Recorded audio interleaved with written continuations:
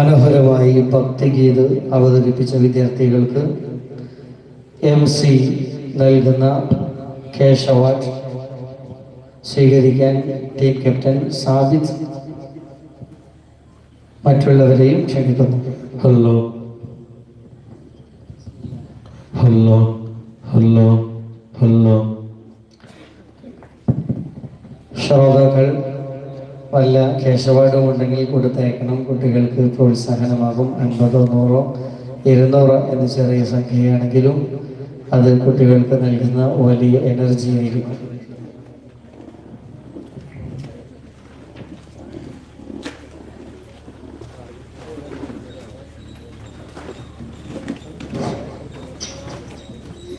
السلام عليكم ورحمة الله وبركاته. كتاب أنزلناه إليك لتخرج الناس من الظلمات إلى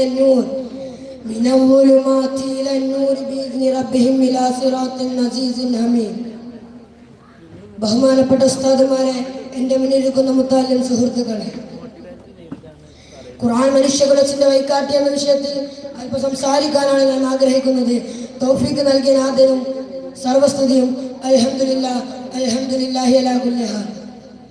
ബഹുമാന്യരെ, പരിശുദ്ധ ഖുർആനിന്റെ അത്ഭുതങ്ങളെ കുറിച്ച് പറഞ്ഞതിന് മുമ്പ് 14 നൂറ്റാണ്ടുകൾക്ക് മുമ്പ് പ്രവാചകരും ഒരു കാട്ടാള സമൂഹം ചേർന്ന് ലോകത്തിന് പഠിപ്പിച്ച നീണ്ട കഥകൾ പറയാതിരിക്കാൻ പറ്റില്ല.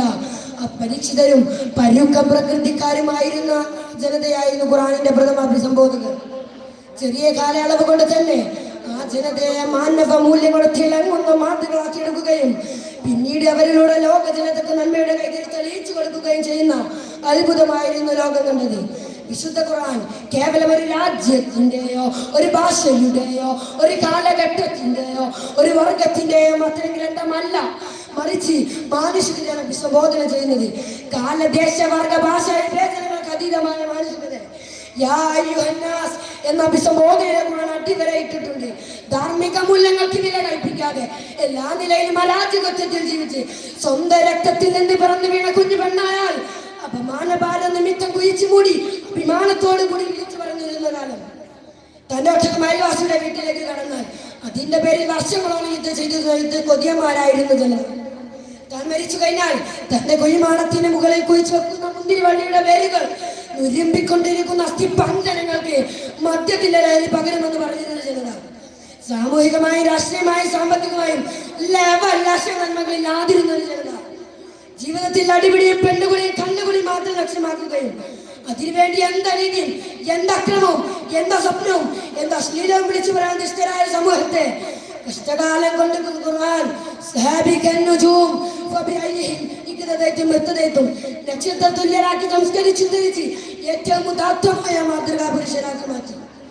ബഹുദൈവവും തജന്യമായ അനാചാരങ്ങൾക്ക് കാലഘട്ടത്തിൽ ഓരോ നാട്ടിലും വീട്ടിലും കുടുംബങ്ങളിലും എണ്ണമറ്റ വിഗ്രഹങ്ങൾ ഉണ്ടായിരുന്ന സമയം എണ്ണമറ്റ വിഗ്രഹങ്ങളും അഭ്യാസത്തെ പറ്റിയുള്ള അനാചാരങ്ങളും നിഷ്കാസനം ചെയ്യുന്നതിന് വിശുദ്ധ ഖുർആൻ സ്വീകരിച്ച ഏറ്റവും ഉദാത്തമായ മാർഗമായിരുന്നു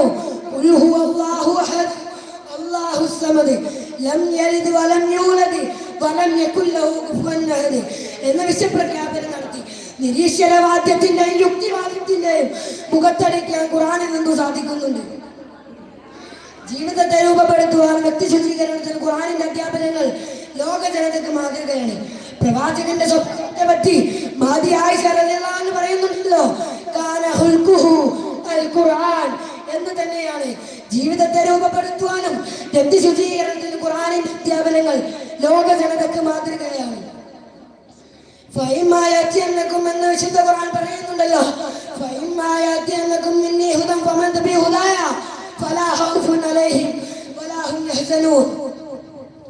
സർവപ്രകൃതിയിലേക്ക് കൊണ്ടുവന്ന് അവരെ സ്വതന്ത്രരാക്കുവാനാണ് ഖുർആൻ ശ്രമിച്ചുകൊണ്ടിരിക്കുന്നത്. അതുകൊണ്ട് ഖുർആൻ അതായിരിക്കണം നമ്മുടെ മാനിഫെസ്റ്റോ, അതിന്റെ വാഹകരാകണം. ഇത്രയും പറഞ്ഞുകൊണ്ട് എന്റെ വാക്കുകൾ സമ്മേളിക്കുകയാണ്. വാഹിർ ദഅവാന അൽഹംദുലില്ലാഹി റബ്ബിൽ ആലമീൻ. അസ്സലാമു അലൈക്കും വറഹ്മത്തുള്ളാഹി വബറകാതുഹു. അടുത്തതായി വേദിയിൽ ഒരു മധുര ഗാനവുമായി ഷിഫിൻ റഹ്മാൻ, അതിനുശേഷം പ്രസംഗം